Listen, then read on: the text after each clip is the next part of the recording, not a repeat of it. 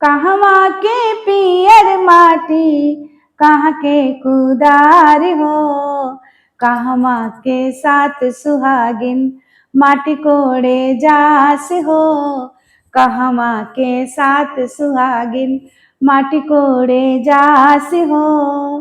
कहवा के पियर माटी कहाँ के कुदार हो, कहवा के पियर माटी कहाँ के कुदार हो, कहवा के साथ सुहागिन माटी कोड़े जास हो, कहवा के साथ सुहागिन।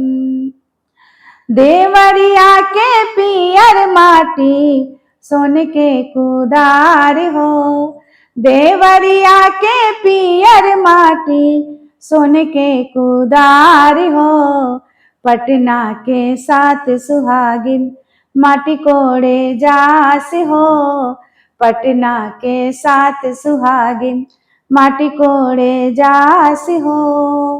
माटी कोड़िया कोड़ी भर ले दौरिया हो, माटी कोड़िया कोड़ी भर ले दौरिया हो, से माटी चूल्हा सीझे, से माटी चूल्हा सीझे कोहरत के भात हो, से माटी चूल्हा सीझे कोहरत के भात हो।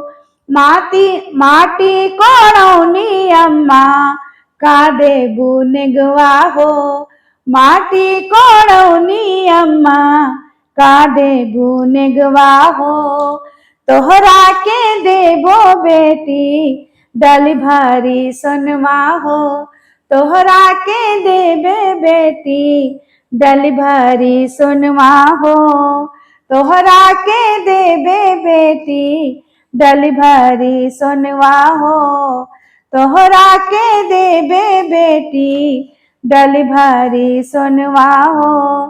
कहवा के पियर माटी कहाँ के कुदार हो, कहवा के पियर माटी कहाँ के कुदार हो, कहवा के साथ सुहागिन, कहवा के साथ सुहागिन माटी कोड़े जास हो, कहवा के साथ सुहागिन। जय माता दी। दोस्तों, अगर आप लोगों को ये माटी को गीत अच्छा लगा हो तो प्लीज़ हमारे चैनल को लाइक शेयर सब्सक्राइब जरूर करिएगा। जय राम जी की।